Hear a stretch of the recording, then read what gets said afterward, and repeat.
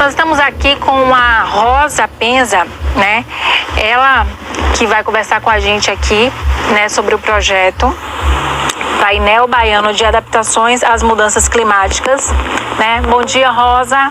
Olá, bom dia a todos. É um prazer estar presente aqui. Essa casa que é patrimônio nosso, é patrimônio de Itabuna. Obrigada a vocês por me receber mais uma vez. Obrigada a você, Rosa. A Rosa, ela é do Instituto Salvaguarda de Paisagens, né? E ela vai também conversar com a gente sobre esse projeto que eu mencionei, vai conversar com a gente sobre todo o trabalho que ela realiza, né, aqui na cidade. Rosa, conta pra gente sobre o terceiro setor, né? O projeto Painel Baiano de Adaptações e Mudanças Climáticas, como é que tá indo? Então, a gente fala de terceiro setor, a gente está falando de sociedade civil constituída, organizada, né? Isso é ponto facultativo para que a gente tenha o desenvolvimento econômico sustentável, ele é apoiado literalmente e fomentado dentro de proposições culturais. No repórter anterior, ele falou da absorção, né, do plástico no meio ambiente. E se isso não virar uma cultura, vai ser mais um São João de uma ação isolada, tá? Então, assim, o terceiro setor, ele é responsável por fomentar ações culturais e ambientais. Essa é a nossa pegada maior, que nós trabalhamos para que isso realmente seja internalizado pela comunidade. Muito bom. Qual a importância do terceiro setor na política? Explica para quem está assistindo em casa. Então, o terceiro setor é um mercado das organizações não governamentais. Ele opera diferente do primeiro setor, que é o público, né? O poder público é o primeiro setor, segundo setor é empresarial, terceiro setor, a sociedade civil constituída, as organizações não governamentais, e o quarto setor é a mídia. Os três eixos que compõem essa estrutura de civilização, elas operam diferente, com políticas diferentes. Política partidária, ela tem um sistema operacional que a gente está tudo exposto aí, a gente consegue ver como essa política do primeiro setor ela está operando, está tudo muito bem exposto. A política empresarial, ela tem suas prerrogativas específicas de cada nicho aí da sociedade, né, empresarial. O terceiro setor, que é a área que eu já atuo no Brasil há 20 anos, é um mercado em ascensão, tá? É um mercado que tem toda uma pungência e que deve ser observado de uma forma bem especial, porque é esse terceiro setor que fomenta ações que viram cultura. Então, a gente trabalha com planejamento de médio e longo prazo. Então, a gente consegue instituir ações que passam por uma vida. É diferente da política de 4 anos de um governo. Então, essa é o diferencial do primeiro setor para o terceiro setor. Rosa, quando você falou ali da reportagem do Gustavo Magalhães sobre aquela mudança com relação às sacolas, né, a sacola ecológica, você falou que se for uma coisa que não vai virar uma cultura, que ela vai ser apenas um ato isolado, ou seja, você está dizendo que isso precisa ser mais difundido, mais divulgado, para que seja reforçado e se torne uma cultura em todos os lugares, que senão... Mas, na verdade, é um trabalho de formiguinha, né? É um trabalho de incentivo, é um trabalho, assim, que pode despertar o interesse de outros municípios para copiar, para poder se tornar algo em todos os lugares. Mas, na verdade, esse trabalho que você realiza, ele dá possibilidade da pessoa pleitear os seus direitos, é isso? O terceiro setor, no nosso caso, como nós trabalhamos com cultura e ecologia, como é que você fomenta produtos de base cultural em um ambiente, em um país onde não se consome cultura? Né? Então, a gente tem esse delay aí que a gente precisa observar. E eu sempre, quando estou falando com alguns clientes, eu digo, olha, para aplicar qualquer ação cultural ou ambiental, eu preciso entender esse contexto cultural, porque senão não vai avançar. Então, as ações que a gente aplica aqui na Costa do Cacau é completamente diferente das ações que a gente aplica na Costa do Descobrimento. Então, são questões que precisam ser percebidas diante a limitação cultural do povo. Aqui em Itabuna a gente tem uma situação bem especial. Nós vivemos numa cidade que tem uma cultura híbrida. Significa isso. Muita gente do entorno de fora vem morar em Itabuna, vem viver em Itabuna, vem trabalhar em Itabuna. E aqui, por isso que esse tecido social, ele se mantém esgarçado e você já não identifica parâmetros de a identidade desse povo. Nós somos um povo identificado na literatura madiana como Grapiúna. E hoje em dia, se você perguntar para uma pessoa, você é um Grapiúna? Eu não sei o que significa isso. Tá? Então, isso é um processo que as organizações não governamentais que trabalham com cultura precisa fomentar. Então, se a gente trabalha com cultura, a gente fomenta produtos que a comunidade possa absorver. Um exemplo é a tematização da Estrada Terras do Sem Fim. Tematizar é uma forma de você salvaguardar a paisagem que pode ser tombada por uma portaria do IFAM. Então, você vai produzindo ação que gera visibilidade e as pessoas começam a consumir porque ela visualizou. Uma coisa é você falar, outra coisa é você mostrar. Sim. Que nem foi entregue para o Barbosinha uma paleta de cores. Sim. De um projeto que foi feito dentro do laboratório de solo da CEPLAC. Sim.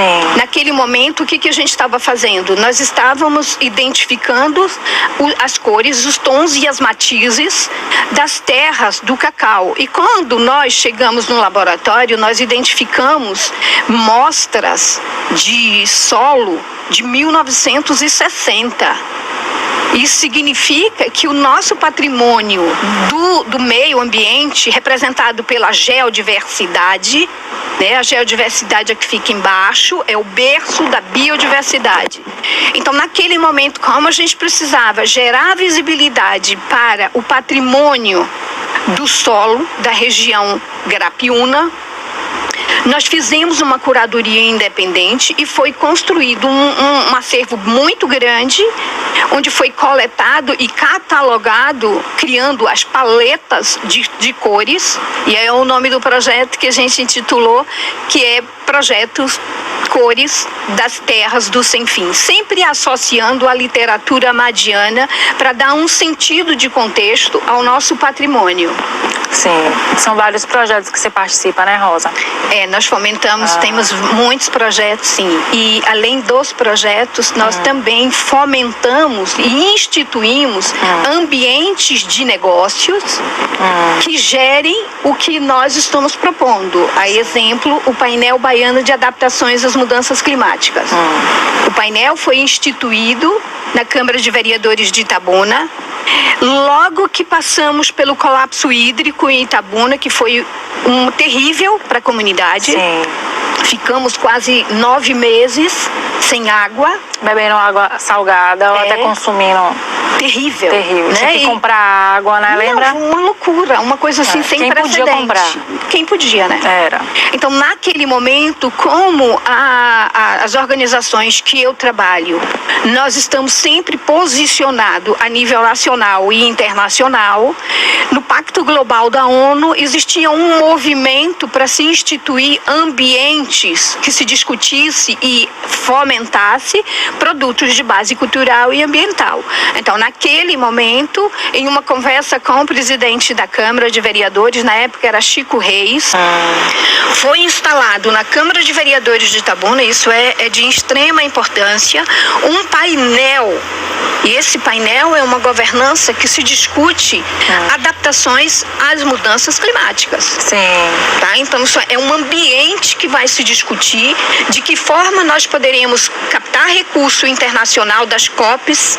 Agora vamos ter a COP28 no Brasil, e daí veio essa oportunidade de estar aqui conversando com vocês para demonstrar a importância da gente não perder esse painel, que existe sim um apelo para a gente levar esse painel para a Assembleia Legislativa de Salvador, e eu estou segurando ele aqui e tentando sensibilizar o presidente da Câmara de Vereadores de Itabuna e os demais vereadores para que a gente não venha a perder esse ambiente de negociação. Esse é o momento, sim, certo, para que a gente possa liderar uma ação que está dentro do nosso contexto. Nós somos o sul da Bahia, que detém uma biodiversidade com valor incalculável. Então, esse ambiente de diálogo, ele pode e já está fazendo um movimento para precificar os carbonos, que são os ativos ambientais. Sim, é nesses ambientes que se discute. Quanto custa, quanto vale? Foi já precificado os ativos ambientais dessa região? Não. E por que não estamos migrando nessa proposição? Porque falta alguém que faça esse movimento, e aí eu aqui vou fazer até um desabafo, como terceiro setor, como sociedade civil constituída, operando no Brasil há 20 anos, é um processo solitário para mim, aqui na minha região. Tá? A gente tem uma forte atuação na Costa do Descobrimento, lá a gente tem um player maior, mas infelizmente em Itabuna, Ilhéus, nós somos o único polo moageiro de cacau do Brasil. Nós temos uma biodiversidade única, que é o diferencial do cabruca. E isso não está sendo mensurado. Por quê? Existe uma certa letargia, um desconhecimento com relação a patrimônio natural. Sim. Esse discurso, ele vira até um pouco ativista demais, é um pouco chato. Às vezes as pessoas ficam um pouco assim, incisivo, porque a gente está tentando ver se salvaguarda alguma coisa. Verdade. Que seja só a dignidade desse povo, que não se auto-identifica como comunidade tradicional grapiúna. Então perdemos nossas referências com relação ao que somos. O que está acontecendo com o nosso povo? Verdade. Aí nesse contexto também nós entramos a 2013, criamos a Associação de Moradores, é um outro projeto que vou apresentar depois para vocês, Associação de Moradores e Comerciantes do Centro Histórico de Itabuna. Estamos utilizando a lei que regulamenta a poligonal do Centro Histórico de Ilhéus, e naquele momento, o que nós iniciamos o cadastro? Nós estamos cadastrando, e aí nós já temos 920 cadastrados na Associação de Moradores e Comerciantes do Centro Histórico, mas separamos comunidade nativa, que nasceram em Itabuna, nós temos um grupo de 480, as reuniões são feitas específicas com esse grupo, temos grupo também empresarial e institucional. É um movimento que chega a ser até meio desgastante, mas alguém precisa fazer alguma coisa. Sim. Itabuna é uma cidade importantíssima, a região é uma região importantíssima, e quem são nossas lideranças hoje que estão impulsionando o processo de desenvolvimento econômico sustentável? Onde estão esses filhos dessa terra aqui? Aonde foi parar essas pessoas que são herdeiros natos de fortunas de fazenda? Onde estão vocês? Porque não é possível que depois de ter recebido tantas fazendas, tantos patrimônios, a cidade esteja nessa condição que nós estamos vivendo. Então me sinto um pouco sobrecarregada diante desse contexto, né, de não ter referências, mas assim, tenho gratidão nas pessoas que se engajaram nessa proposição. Então hoje nós temos a Associação de Moradores e Comerciantes do Centro Histórico Itabuna, Ilhéus, Porto Seguro, Arraial da Ajuda e Trancoso. Eu estou muito feliz com esse projeto, que é um momento que eu chego perto do meu povo. Sim. Entendeu? É muito importante, Rosa, a sua fala. Inclusive, quando você menciona cacau, né, a gente tem tido alguns entrevistados aqui mesmo que comentaram sobre isso, né, que é uma região região é um município muito rico, né? Tem essa riqueza natural, tem esse fruto que é um ouro, mas na verdade não é utilizado da forma, né? Assim, não tem essa força que deveria ter, que até outras regiões que não são região do cacau estão sendo mais evidenciadas do que a própria Itabuna, né? Que na verdade deveria ser. É como você falou, onde estão, né, esses fazendeiros, onde estão essas pessoas que receberam essa herança para continuar, que essas fazendas vieram, né, dos pais, dos avós, não é isso, Rosa? E aí quando chegou agora não tem aquele investimento, aquela ênfase, não tem aquele olhar, né, para projetos, para crescimento, porque isso pode alavancar a cidade. Isso olhado de um modo visionário pode alavancar a cidade, né? Não só do ponto de vista ambiental, mas também cultural, né, e comercial. Mas eu gostaria que você falasse mais sobre essas ações. O projeto dentro da Câmara e as ações que vocês têm feito. Você mencionou um pouco que as ações com relação ao projeto você mostrar aquilo que é necessário que as pessoas vejam, né? Mas quais as ações hoje, né, que esse projeto tem dentro de prevenção climática, dentro dessa previsão do El Niño? Você mencionou a falta de água, que teve um período de seca na cidade e tal. Conta pra gente mais a fundo, para que as pessoas conheçam melhor e entendam melhor sobre essas ações. Que parte do pressuposto da seguinte forma: nós temos um ambiente propício para regular o clima. Nós temos uma região que já foi muito mais úmida do que é agora, mas é uma região que ainda detém uma mata que é identificada como mata cabruca. Tá? Então, ela tem um diferencial de bioma diferente. Como eu falei anteriormente, não foi precificada. Estão esperando o quê para iniciar a precificação dos ativos ambientais?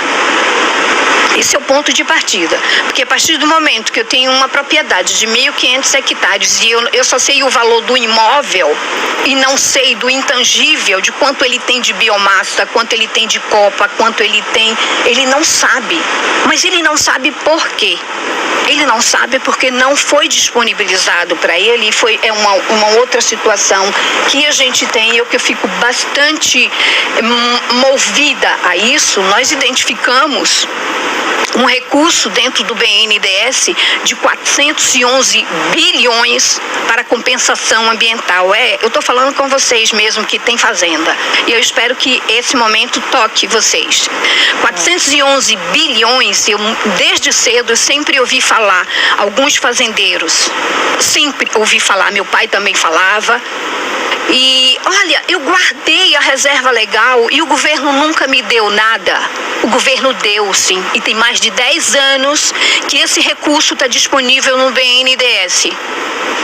Agora, por que não foi oferecido aos proprietários? Então, nós fizemos uma reunião com o gerente do Banco do Brasil em Ilhéus, com o presidente do Sindicato dos Produtores Rurais de Ilhéus, e eu perguntei, por favor, explica por que não foi oferecido esse recurso, né? Porque é uma tragédia, né? Não tem porque não precificou. Não tem. A resposta que nos foi dada foi o seguinte: não teve demanda. Eu falei, você ofertou? Porque você só tem demanda quando você oferta. Sim. Tá? Então, os bancos do Brasil, em todo o Brasil, não está capacitado para fazer essa operação, que é uma tragédia. Tá? E por conta disso e dessa pegada meio ativista, meia linha dura que eu tenho, nós chegamos até o Banco do Brasil em Brasília, iniciamos um processo de tentar descobrir, porque no primeiro momento eu fiquei pensando, será que é só os amigos do rei que têm acesso a essas informações? Não é possível, né? Não, porque tá lá.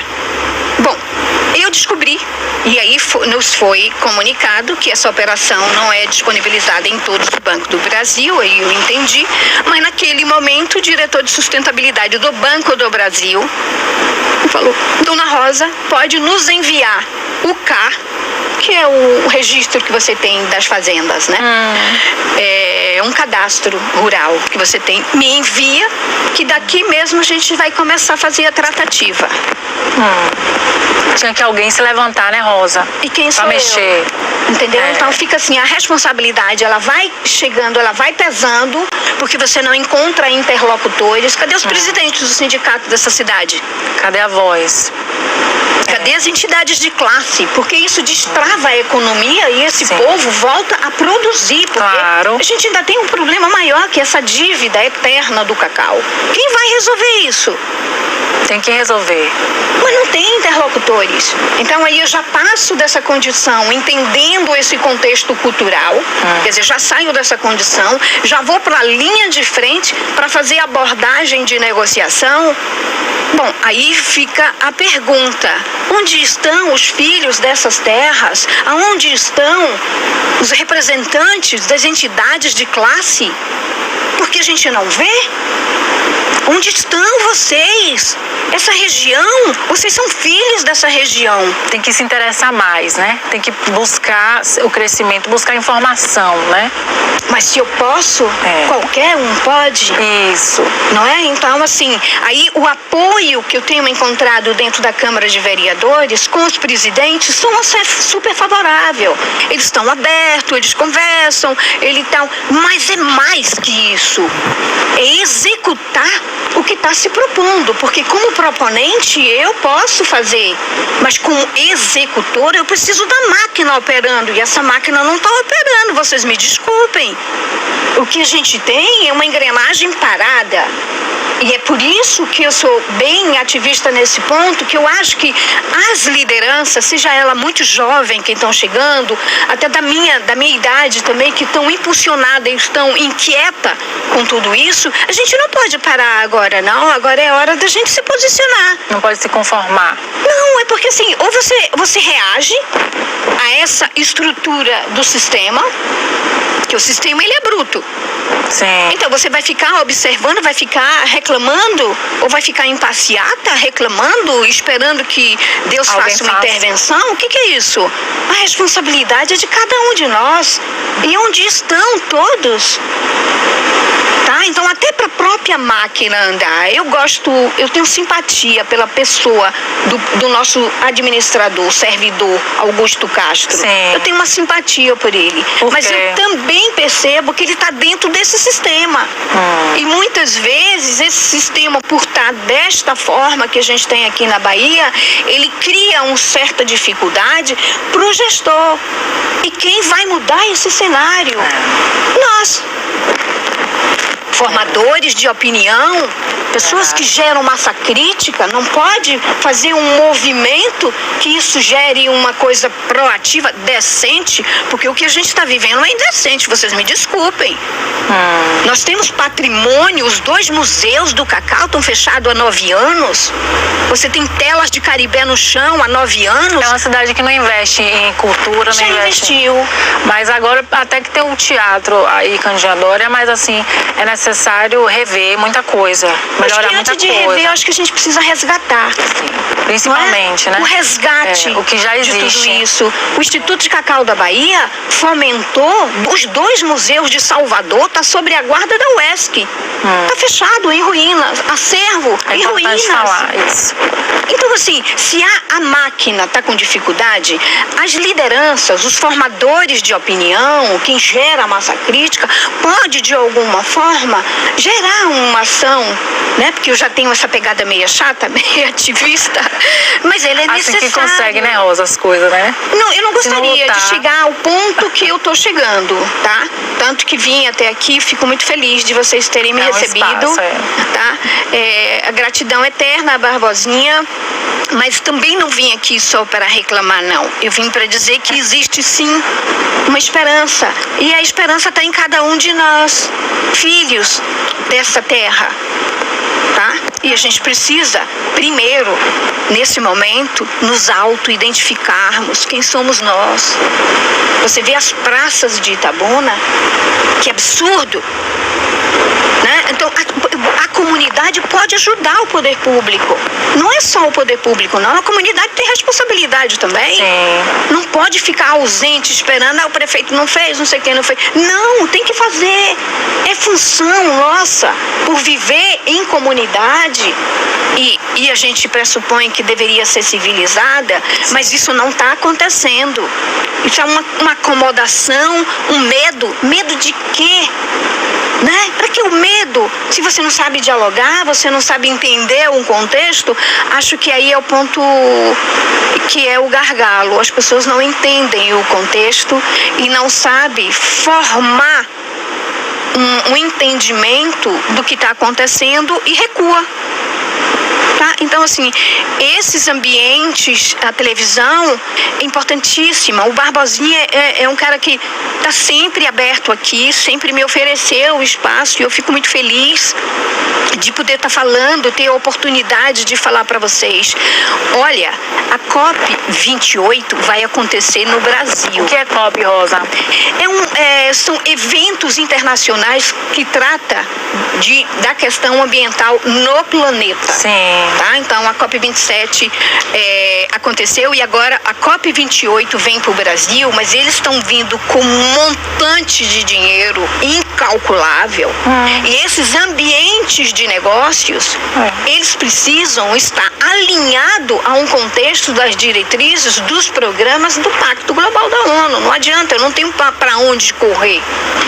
Tá? Existe o painel interamericano do clima, existe o painel brasileiro do clima. Este está hospedado dentro da Universidade Federal do Rio de Janeiro. Ele tem um contexto científico e pesquisa, ele não executa. O nosso aqui, ele executa as diretrizes dos programas que estão definidos no escopo do painel interamericano e das diretrizes das ODS. Então, nós já estamos fazendo esse trabalho de aplicação já faz muito tempo. Né? O que falta, e aqui eu venho pedir, solicitar, e a quem estiver ouvindo, que a máquina do governo, tanto do legislativo quanto do executivo, abra a porta para conversar com a sociedade civil constituída. Tá? Sou muito bem recebida, tá? Pelo presidente da Câmara de Vereadores, do atual, o Erasmo, que me recebe super bem, é super paciente com as minhas provocações e demandas, mas efetivamente a gente precisa fomentar e criar um ambiente de negócios, porque senão nós vamos sucumbir. E aí, nós nativos, filhos dessa terra, e eu falo em meu nome, em o nome dos 920 cadastrados na Associação de Moradores do Centro Histórico de Itabuna, nós não vamos deixar isso acontecer. Exatamente, muito importante a sua fala, né? Então, quando a Rosa falou que é importante reativar o Museu do Cacau, não é isso, Rosa? Porque a gente não pode perder a nossa identidade, a nossa riqueza, né? O nosso patrimônio, porque é muito importante, isso não pode ser esquecido, né? E os governantes, né? Eles às vezes deixam isso à parte e priorizam outras coisas, né? Tem a saúde que é importante, tem as coisas que são importantes, mas em tudo deve ter um olhar, porque se a gente observar, tem dinheiro, tem verba, né? Então basta a gente ter aí uma atençãozinha para cada coisa, que não deixa a desejar em nada, né? Principalmente porque o ano político está se aproximando, né? Ano eleitoral, então aí que deve se repensar mesmo, né? Se é desejo se reeleger. Rosa, como você comentou sobre essa parte cultural, eu ia perguntar outra coisa para a Rosa. Me fugiu a memória. Ah, tá. Sobre o BNDES. Quando você falou que você foi lá a fundo saber, porque era algo inacessível, isso aí é alguma verba que conseguiu a liberação para os fazendeiros vão ter acesso a isso? Explica pra gente mais sobre isso que você foi lá para poder entender melhor, para poder buscar, né, isso para essa categoria. Deixar claro assim, eu sou consultora, Tá? Então, eu trabalho, eu pesquiso, quando eu tenho uma pauta, eu desenvolvo ela com uma velocidade muito grande, tenho uma facilidade de perceber as coisas. Tá? Então, quando eu iniciei esse processo de precificação de carbono, eu fiquei muito inquieta, porque os bancos, na verdade, quando você chega na instituição financeira, o banco pode orientar um consultor que vai na sua fazenda, na sua propriedade, para fazer um estudo do imóvel. Então, ele faz quantos metros quadrados, mas os bancos não oferecem um consultor que precifique os ativos ambientais. Sim. Bom, mas se Brasília, Banco do Brasil, de Brasília, tem um departamento que faz essa negociação, o que nós devemos fazer, e aí é uma provocação que não deve vir diretamente da minha pessoa, mas dos presidentes do Sindicato dos Produtores Rurais dessa região e dessas organizações que nasceram, algumas outras aí, para falar de alguma coisa, para a gente tomar pé dessa situação e não ter intermediário, porque o que acontece que ainda é bem pior, aparece intermediário para fazer essa negociação que fica com quase 60% do que é do ativo ambiental de vocês. Então, se vocês já têm um caminho direto, esse dinheiro ele já está há mais de 10 anos no BNDES, está escrito para compensação ambiental. Olha aí, tá vendo? Compensação ambiental. As pessoas não sabem, né, Rosa, dessa informação.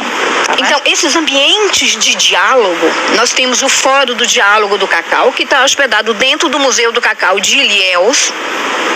Não estamos fazendo reunião porque o reitor ainda não mandou consertar a porta de vidro do Museu do Cacau, e as reuniões eu estou fazendo no Sindicato dos Produtores Rurais de Ilhéus. Tá? Então, são demandas que precisa ser acolhida pela sociedade representativa. Porque o gestor que nós temos aí é reflexo da sua omissão. É reflexo da sociedade. Então não adianta eu reclamar dele. Ele está lá porque você não está nem aparecendo para conversar com ele. Você não tem diálogo com um gestor, que é um servidor pago com o seu dinheiro. E você não vai lá pleitear.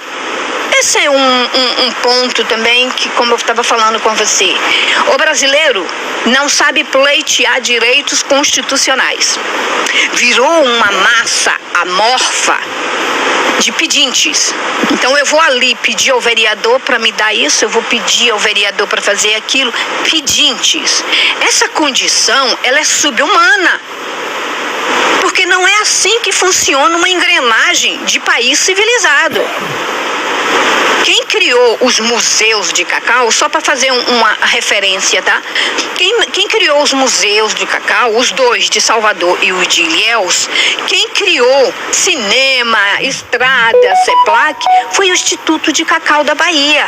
Uma entidade, autarquia, que nasceu dos cacauicultores, investiu o dinheiro dele no Instituto de Cacau da Bahia para executar equipamentos culturais. E o que está acontecendo com esses equipamentos culturais? Se está com dificuldade, a universidade, que está sob a guarda da universidade, o imóvel, o acervo está sob a guarda da Secretaria de Agricultura.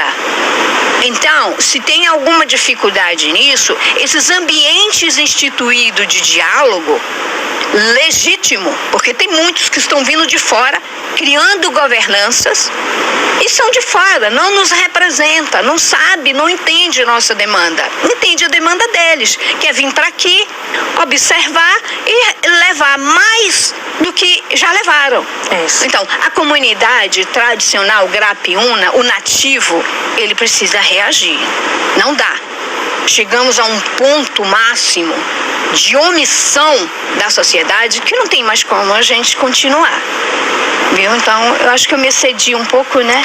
Mas não. É desabafo, tá? Aproveitar o espaço, né, Rosa, para poder falar. Até que é para que as pessoas despertem, né, esse interesse, porque às vezes tem ali o território, tem o terreno, tem aquela riqueza ali e não sabe, né? Agora já sabe que tem o fórum em Ilhéus tem, se você tiver mais canais que você possa falar para as pessoas que têm fazenda, que tem, né, cacau, que possa poder se informar mais, que eles possam estar inteirados, que eles saibam como reivindicar, como negociar, como não ser uma coisa tão desvantajosa, né?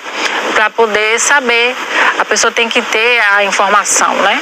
E isso aí é muito importante. Não pode ficar só preso ali naquilo ali, condicionado, né? Tem que ampliar os horizontes. E quando tem pessoas como Rosa, né? Que estão ali lutando, né? Pelos seus interesses, e aí vale a pena você também aproveitar isso para poder aprender como negociar, aprender o valor que tem as suas terras, né? Não só o produto, né, Rosa? Porque Rosa está falando mais a fundo, né, Rosa? Porque assim, a gente está falando de um produto que não está fomentado. Não existe esse produto. Existem fazendas com sérios problemas de dívida. É isso que tem a maioria. A realidade é essa. Então, diante desse contexto que foi gerado por uma sucessão de equívocos, o que a gente tem que fazer, e aqui eu estou me disponibilizando, é atender essa demanda. Como a gente pode atender essa demanda? Eu tendo uma conversa que tive com Claudiane do Sebrae, a gestora do Sebrae, que eu percebi que essa negociação, ou esse contexto de negócio da região sul da Bahia, área do cacau, nobre, nossa terra, é adubada com sangue, né, na literatura madiana, né? E a maioria dos produtores rurais não tem CAR. Esse é o documento identidade para você negociar. O problema é esse. Esse é um gargalo. Mas em uma conversa com a Claudiana e uma própria conversa com o Banco do Brasil também, eu provoquei e falei, bom, vocês podem subsidiar? E a Claudiana sinalizou. Quer dizer, o Sebrae subsidiar 70% para que esse produtor rural que não tem o CAR, não tem recurso para fazer o CAR, que ele possa subsidiar tanto ou do Banco do Brasil ou com o suporte do Sebrae, pode me procurar. Vou deixar meu número aqui, meu número de trabalho. Pode falar, Rosa. E você pode me ligar direto, porque a situação é gravíssima, vocês estão cheios de dinheiro, esse dinheiro ele é ambiental e vocês não têm noção de como você... Não tem acesso ao dinheiro. Não sabe como chegar, não tem nem produto, né? Porque ele não tem um produto fomentado, nem sabe o valor do produto. Mas é uma tristeza. Mas aí vai despertar, né, depois. Eu vou fazer isso, colocar o meu número, porque eu estou prestando consultoria para alguns empresários e proprietários daqui, da região. Tá? Tem algumas estratégias que a gente está institucionalizando para tentar viabilizar e destravar esse gargalo, porque quando você desfaz isso, você deixa a economia e esse povo volta a produzir. Mas assim, eu não represento o sindicato do produtor rural não, tá? Eu tentei, mas não consegui, tá? Porque o sindicato do produtor rural, não sei por que ele não tem isso como demanda prioritária. Não sei te explicar, tá? Mas eu provoquei, e muito, tá? Quando eu vi que não acontecia, que eles não era prioridade para o sindicato, obviamente que eu recuei. Mas o que eu quero deixar aqui de mensagem para você é o seguinte: existe a viabilidade econômica de vocês precificarem os ativos ambientais de vocês. Cada caso é um caso. O contexto do valor do mercado é Mata Atlântica Cabruca. Então já existe um valor real para Mata Cabruca. A depender de cada localização das propriedades, os preços são variáveis. E aí tem que entender o contexto da situação do documento dessas fazendas. Mas deixo aqui um sinal de esperança que vocês não podem relegar esses patrimônios. Porque não é só patrimônio natural, não é só ativo ambiental, tem história embutida dentro dessas fazendas. Tem fazendas históricas com edificações. Você já viu as fazendas que tem históricas com edificações incríveis? Isso está morto. Estão derrubando as edificações para fazer alguma coisa para tentar. Então, assim, a responsabilidade é que até chamo e provoco o secretário de Meio Ambiente de Itabuna e os demais para que a gente observe essa situação, essa realidade de uma forma mais proativa. Não dá para avançar arrastando essa corrente, porque é uma corrente que esse povo arrasta. É o povo, a dívida do cacau, essa placa, não sei o quê, aquela coisa monstruosa. Isso não pode, tem que alguém exorcizar isso aí. Tá? Porque se é recurso, tem. Se vocês não estão aptos a negociar, porque você não sabe o que você tem, não precificou o que você tem, vou deixar meu número, é o jeito. Pode falar, Rosa, seu número que o editor vai colocar ali na tela. Ah, ok. Eu vou deixar o número do meu telefone, que é da consultoria, tá? É 739-9867-4171. Repete o número, Rosa. 99867-4171. Tá? Do Instituto de Paisagem, tá? Essa nomenclatura de Instituto de Paisagem é uma nomenclatura que a gente está atendendo as demandas internacionais, de onde você planeja observando a paisagem. Como você observa um jardim, você faz um planejamento paisagístico para um jardim. A Europa já faz isso há muito tempo, faz o planejamento da paisagem, do território como paisagem. Tá? Então foi por isso que nós iniciamos o processo de construção de uma plataforma maior para recepcionar, né? A sede fica no Espírito Santo, é o STEC, que a gente está agora criando toda uma plataforma para receber isso, mas obviamente que isso aqui é só uma provocação e a gente está aqui aberto a conversar com as entidades. Né? Itabuna tem um sindicato do produtor rural, onde está? E com muitas propriedades, né? Eles têm imóveis. Eles não se atentam para esse assunto, né, Rosa? Eles estão atendendo outras demandas que eu nem sei quais são. Sim. Tá? Eles têm... O Wallace 70 é um querido, tá? É uma pessoa que eu tenho um diálogo muito bom com ele. O Isidoro também é uma pessoa que eu tenho muito diálogo. Mas o sistema, ele está operando de uma forma que não tem esse olhar que a gente tem. Porque o meu olhar é de pertencimento. Eu pertenço a esse contexto. Então eu tenho que fazer alguma coisa para esse contexto, porque minha vida, meu patrimônio afetivo está aqui. Tá? E aí eu volto àquela questão. Eu entendo que o tecido social está esgastado com muita gente de fora que vem morar em Itabuna. A sua origem é daqui de Itabuna, você é natural? Nativa. Natural. Não tenho mais sotaque não, né? Não. Mas sou nativona, criada em cima de saco de cacau. Meu pai era caminhoneiro, Dedé do Acari. Sim. Então ele tinha vários caminhões e ali a gente ia buscar cacau dos outros. Tá? Mas eu tenho uma relação muito afetiva, muito grande com esse lugar. Meu pai tinha um conjunto, chamava o Namorados do Ritmo, Dedé do Acari, era bem conhecido aqui. Legal. E então eu sinto uma relação que não dá para você desconectar isso aí. Por mais que em Trancoso e em Porto Seguro os nossos projetos deslancham tranquilamente, mas a minha vida é aqui. Itabuna. E aí eu fico muito triste quando eu venho e vejo essa engrenagem morta, pessoas reclamando, o comércio de Itabuna que não tem mais uma cadeia produtiva, impulsionando a cadeia produtiva do comércio, as praças destruídas. Aí eu faço interdição na praça, aí lá vem ela, está interditando na praça. Estou interditando, pedimos ao Ministério Público a guarda compartilhada das praças e da mata ciliar urbana. Uma forma de dizer assim, não, se vocês não estão conseguindo sozinho, vamos junto com a gente. Aí tem. Rosa, esse número que você deixou, esse telefone aí é para Itabuna, os fazendeiros de Itabuna, né? Não, estou atendendo todo mundo. No Brasil, a gente está com consultoria no Paraná.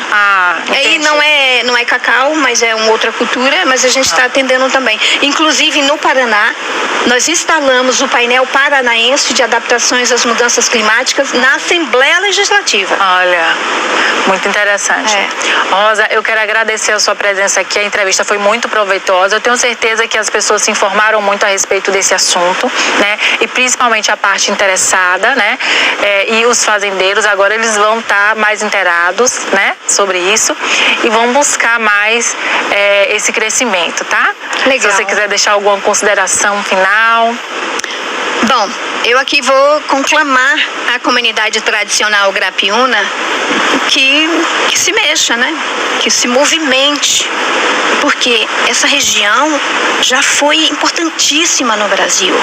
E aonde foi parar todo esse patrimônio nosso, tá? E é patrimônio da nossa família, nossa história, viu? Então vou estar à disposição de vocês também, Associação de Moradores do Centro Histórico de Itabuna, e aguardando que a Câmara de Vereadores vote a lei, porque de fato nós já existimos, está faltando só de direito. Mas a gente vai conseguir. Obrigada, muito obrigada. Obrigado, Rosa, mais uma vez. Nós falamos agora com a Rosa Penza, né? Ela que falou com a gente aqui sobre os projetos e a importância, né? Do trabalho dela aqui no município e em todo o Brasil.